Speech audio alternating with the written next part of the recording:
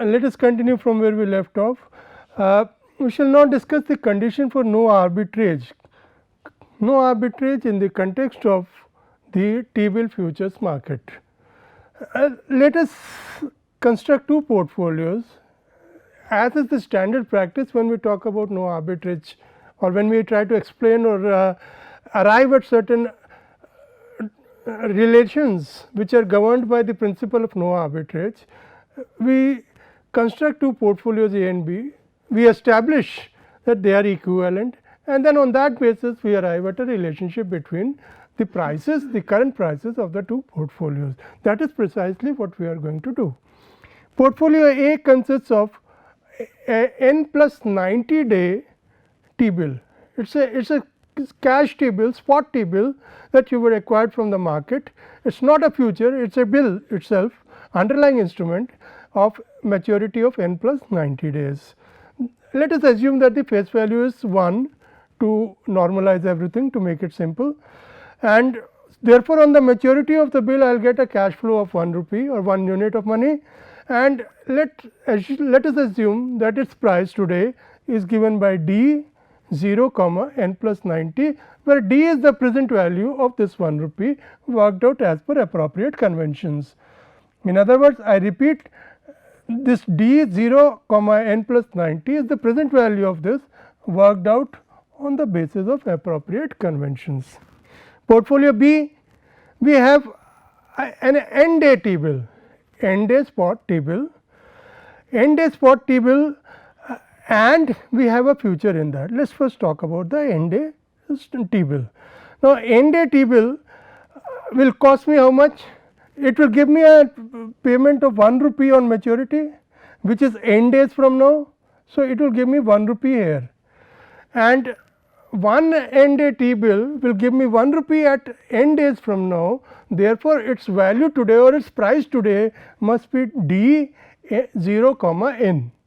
D 0 comma n is the present value of 1 rupee payable at t equal to n days of the T-bill at the appropriate T-bill rate. So, this is the price of 1 T-bill.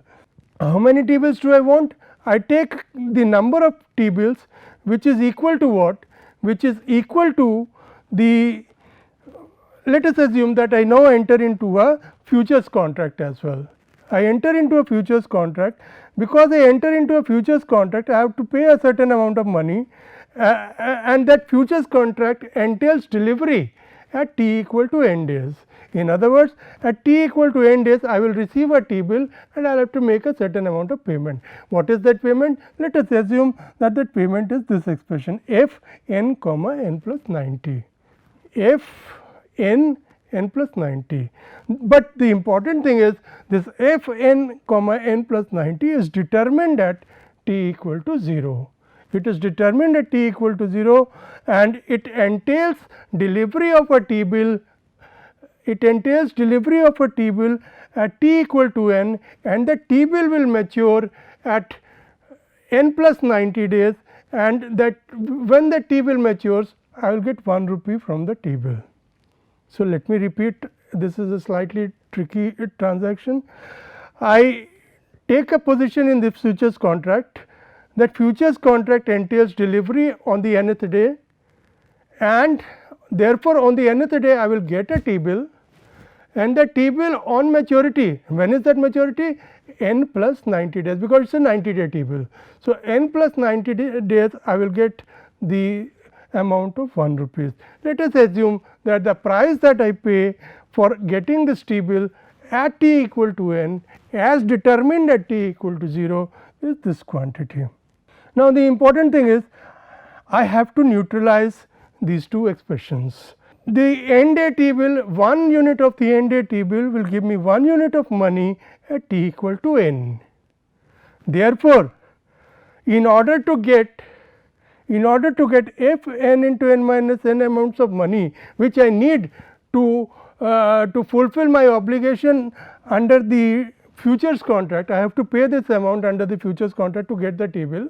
So, with 1 unit of this T-bill, I get 1 rupee or 1 unit of money. So, in order to get this many units of money, I take a position or I buy this many units of the T-bill.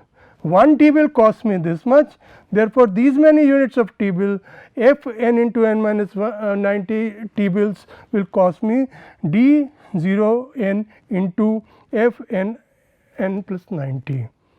This is the situation what happens. Now, where do we stand? As far as the two portfolios are concerned, let us look at their cash flows.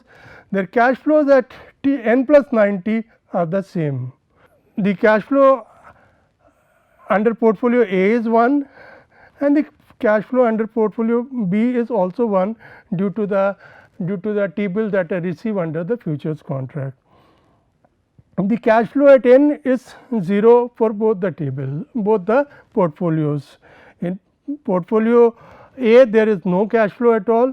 In portfolio B the two cash flows annul each other, cancel each other. Therefore, because there is no other cash flow in between these 2 points as well, and we are assuming that there is no change in risk, there is no the entire operation is risk free, and therefore, the prices of the two portfolios must be the same. In other words, the cash flows at t equal to 0 must be the same. Otherwise, what will happen? Arbitrage will take place and at equilibrium it will push them closer to each other, converge them into equality. And so, therefore, what do we have? d 0 n plus 90 must be equal to this expression, or f 0 n plus 90 must be equal to d 0 n plus 90 divided by 0. This is the no arbitrage condition as applied to the T-bill futures. It is very similar, if you look at it, it is very similar to the no arbitrage condition that we have for interest rates, but in an inverse form, because these are discount rates in a sense, or these are the discounted quantities of 1 unit of money at different points in time. For example, what is d 0 n? d 0 n is the present value of one money unit received at n calculated at 0 at t equal to 0. So, it is the present value of 1 unit of money that you receive at t equal to n. Similarly, d 0 n plus 90 is the present value of 1 rupee or 1 unit of money that you receive at n plus 90, and similarly, what is f? N plus 90. F n plus 90 is the value at t equal to n of a cash flow of 1 rupee at n plus 90. So, this is the no arbitrage requirement that we obtain from this expression. This is a more extended version where we have a transactional approach to arriving at the same condition. Now, let us look at an example how we can do arbitrage if the equality does not hold. Let us assume for a moment that d 0 n plus 90 is greater than 0 d 0 n d n n plus 90. In other words, what are we saying? Now, please note that these are discount quantities. Therefore, in terms of interest rates, what will happen? In terms of interest rate, the interest rate for this maturity will be less than the interest rates given by this pair of quantities. The interest rates are inversely related to discounts, discount factors, and therefore, because this discount factor is greater than this, the interest rates follow the opposite relationship. In other words, money is cheaper as per this, money is expensive as per this. So, what I will do is, I will borrow as per this and I will invest as per this. Let us see how it takes place. What I do is, I borrow a T-bill and I short sell the n plus 90 day T-bill. Short selling means borrowing in a sense, because I will get cash with me, I will get money with me. So, I short sell n plus 90 day T-bill, and what do I receive? I receive this amount of money. This is what I receive against the short selling of 1 T. I borrow a T-bill, I short sell it and I receive today's price, which is given by this quantity. At the same time, what do? I buy. Now, this is the money that I have received. How many T-bills can I buy from this? Of maturity n, how many T-bills can I buy? 1 T-bill costs this much, 1 T bill costs this much. So, having this much amount of money, how many T bills can I buy?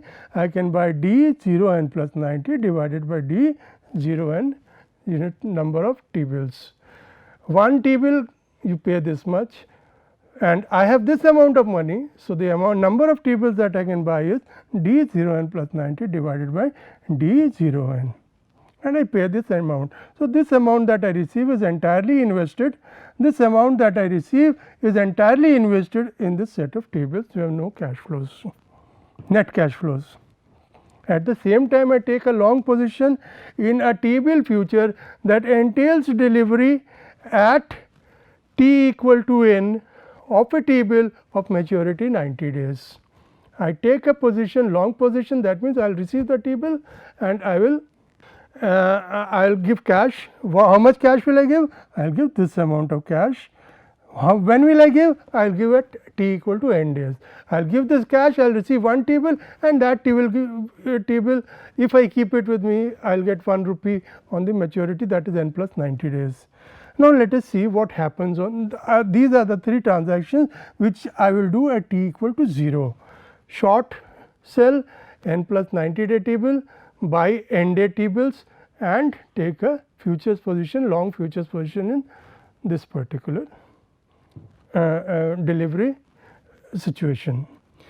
At T equal to n, what happens? When this future matures for delivery, I will get the T bill, I will replenish it to the owner from whom I have borrowed this bill for short selling. I will replenish it to the owner. So, the T bill story is over. Against this, this is an n day T bill, this is an n day T bill, and how many units do I have? I have these many units, and 1 unit is giving me 1 rupee. So, against these many units of the T bill, I will receive this many units of money. This is the money I am going to get, and since I have a long position in the T bill future, I have to make the payment for the T bill that I have received and I have given to the party from whom I had borrowed for short selling. So, now I have to make the payment. How much payment do I make? I make D n comma n plus 90. So, I have to pay this amount of money against my commitment for the T bill future. Against my commitment for the T bill future, I make this payment. So, what is here? The net cash flow is 0. This is what I received, this is what I invested. So, the net cash flow is 0. What about this situation? T bill done. Here I have this much amount of cash I received from the maturity of the T bills. This is T bills, and this is T bill future. This is receipt and this is pay. So, the net amount that I have after this set of transaction is this minus this, and as you can see, now please note there is no risk change in it, this set of transactions, and as a result of which this can be deemed to be arbitrage profit. Take an example. The quoted IMM index on a US 90 day T bill futures is 90.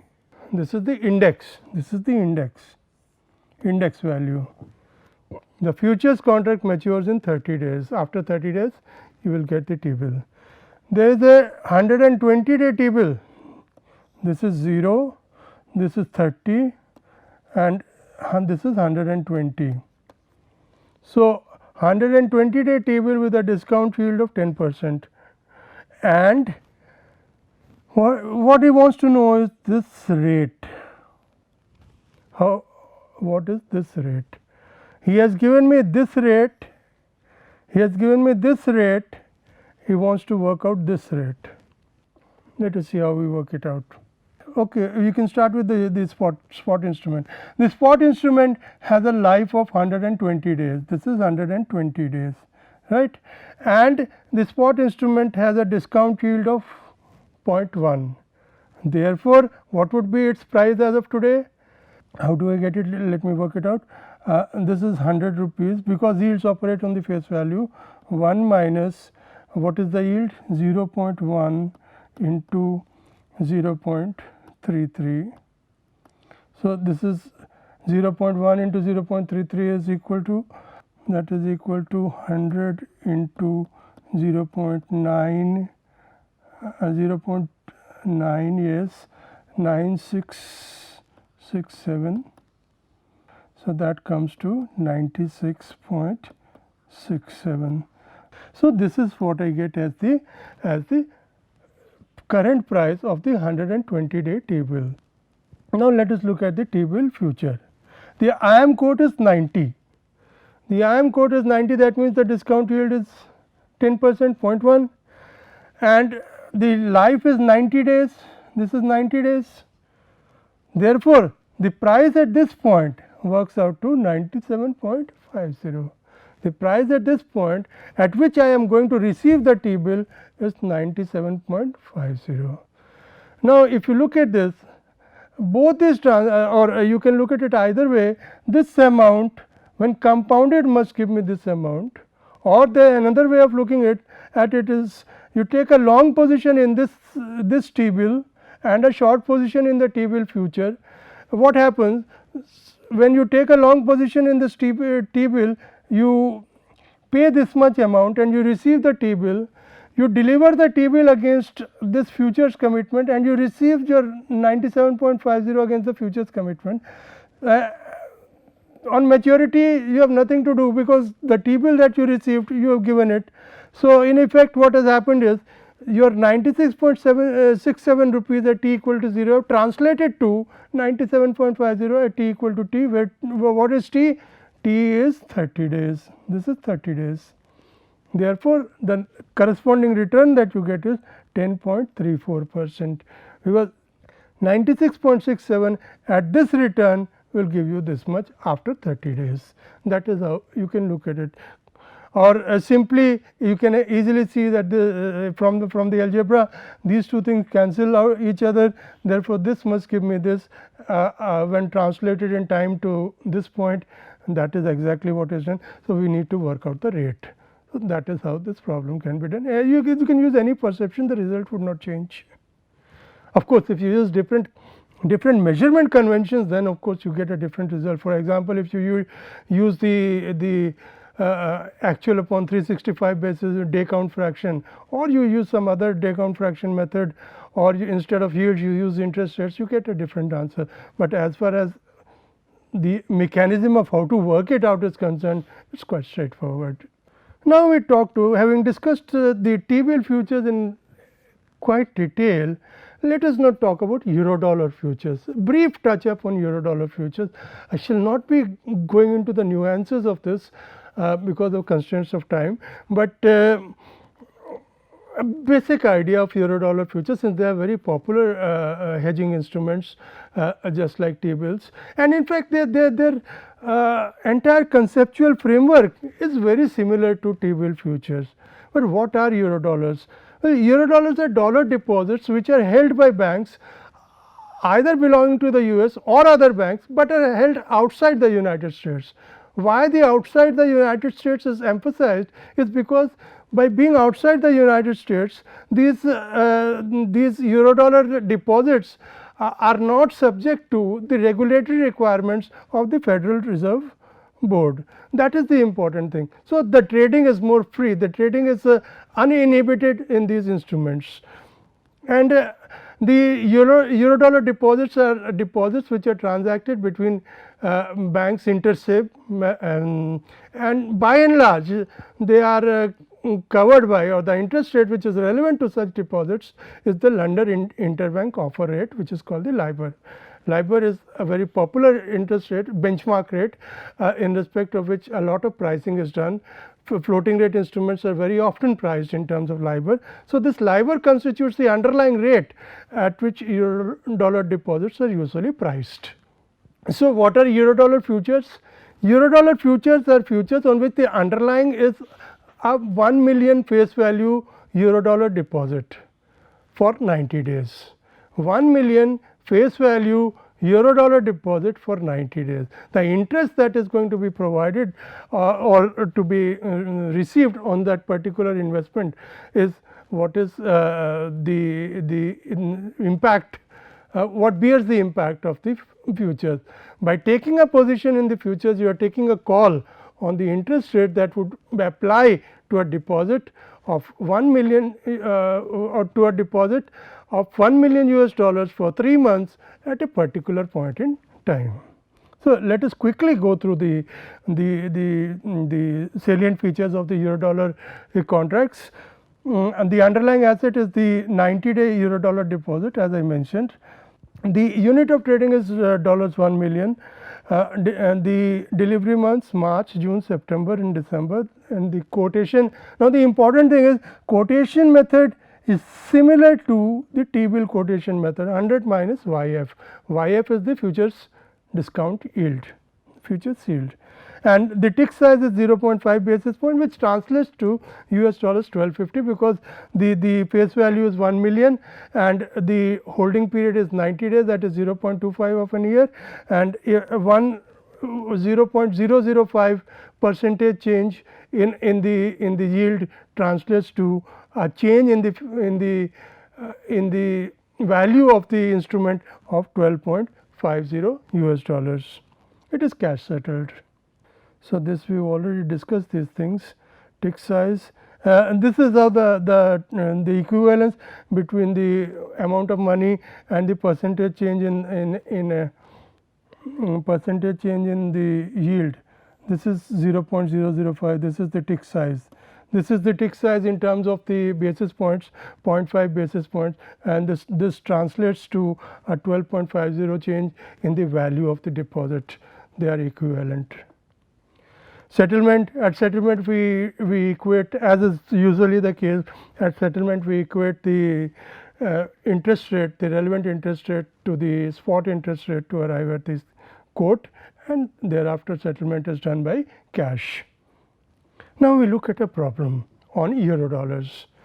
XYZ company is expecting to borrow US dollars 34 million in 5 months from now. In 5 months from now, it expects to make a full repayment of the borrowed amount in 11 months from now. So, let us quickly draw the timeline. 0, this is 5 months from now. At this point, it is going to borrow, and it is going to borrow for 6 months. So, it is going to repay the money at 11 months from now. Today is June 1, let us say this is 1 June, that is what it says, and it can borrow funds at LIBOR plus 70 basis points. It can borrow funds at LIBOR plus 70 basis point, that is 0.7%. LIBOR is currently 3.6%, this is 3.6%. So, its actual borrowing rate is 4.3% as of now, 3.6 plus 0.7. So, if it borrows now, it has to pay 4.3% rate of interest, but it is worried that interest rates may increase up to 80 basis points. So, from 3.6% LIBOR may increase up to 4.4%, and as a result of which his borrowing cost may increase to 5.1%. So, it wants to hedge by taking LIBOR futures. So, 3 months LIBOR December futures are currently quoted at this much. This is the quote as of today. This is today's quote. This is today's quote at which the hedge is being incepted, that is with the hedge is being created. The tick size is 0.0, which translates to a value of 25. Now, the assumptions are quite interesting. It may be assumed that settlement for futures contract is at the end of the month. Basis diminishes to 0 at a constant rate. This is very important. The basis, you see, the basis has to converge on the date of maturity of the futures contract. The basis has to converge. That is mandated by no-arbitrage. The futures and spots must converge as on the maturity of the futures. What he is saying is that the convergence will be uniform at a uniform rate. Margin requirements may be ignored. So, let us look at the problem. The borrowing is 34 million, the period of borrowing is 6 months, the current LIBOR is 3.6%, the spread is 0.7%, 70 basis points. So, the current borrowing cost is 4.3%, that is this plus this. This is LIBOR, this is the spread, and this is your actual borrowing cost as of today, and the projected increase is this much. So, the projected increase, if there is a 0.8% increase on this, it works out to this much amount. 0.8% increase in this amount for 6 months works out to this much. I repeat, 0.8% increase on the principal amount for 6 months works out to this amount. Now, let us see if what happens to the hedge. The current futures quote is this much, no problem with this. If this is the quote, then the corresponding interest rate is 100 minus this, 100 minus 95.84. This is the method of quotation. So, the interest rate is given by this amount. Therefore, the traded price, what is that? How do we work out the traded price? 1 million, that is the traded lot, 1 minus 0.25 into whatever is the yield. Where is the yield? The yield works out to 4.16 into 4.16 divided by 100, because this is in percentage. So, you have to divide by 100, and that comes out to be this quantity, right. And as far as the number of contracts are concerned, the borrowing is for 6 months, the underlying is for 3 months, therefore, and the amount borrowed is 34 million. Amount borrowed is 34 million, borrowing is for 6 months, the underlyings is for 3 months, and the underlying's face value is 1 million. You should put in these values in the formula, you get the number of contracts as 68. It is double the amount of the borrowing. Now, what happens? This is the current spot rate. If this is the current spot rate, what is the value, the current value of a 1 million face value Eurodollar deposit? No, please note, we are talking in terms of yields. So, 1 million is your face value. What will be the current value?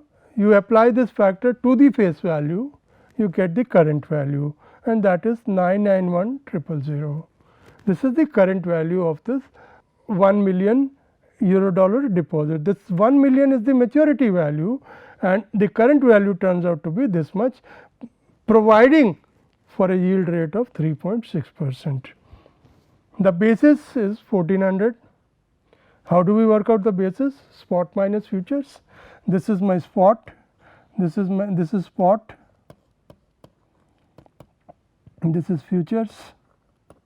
So, today's basis is 991,000 minus 989,600, that works out to 1400. This is today's basis. This is today's basis, right. The maturity of the futures contract is 7 months from now. The maturity of the futures contract is 7 months from now. Just look at this, look at the problem. December futures, and we are at 1st June. So, there are 7 months to maturity. When do we lift the hedge? Let us see. We lift the hedge when we in 5 months from now. We lift the hedge in 5 months from now, and the futures mature at 7 months from now. The total basis is 1400. So, the question is, what will be the basis at this point?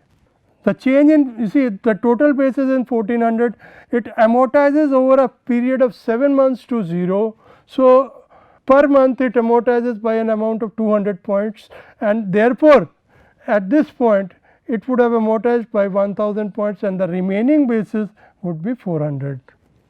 So, the remaining basis here, that is the basis at this point, will be 400. So, that is how this figure of 400 is arrived at. It is the remaining basis. Now, let us look at the situation. Now, it says that the interest rates are likely to increase by 0.8%. That is given in the problem. The interest rates are likely to increase by 0.8%. The corresponding value of spot deposits will be, again using the same formula for discount yield, it works out to 989,000.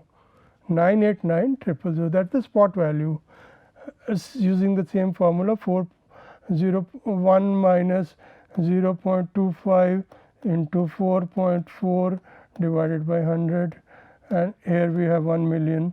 So, that works out to this amount. And what about the futures?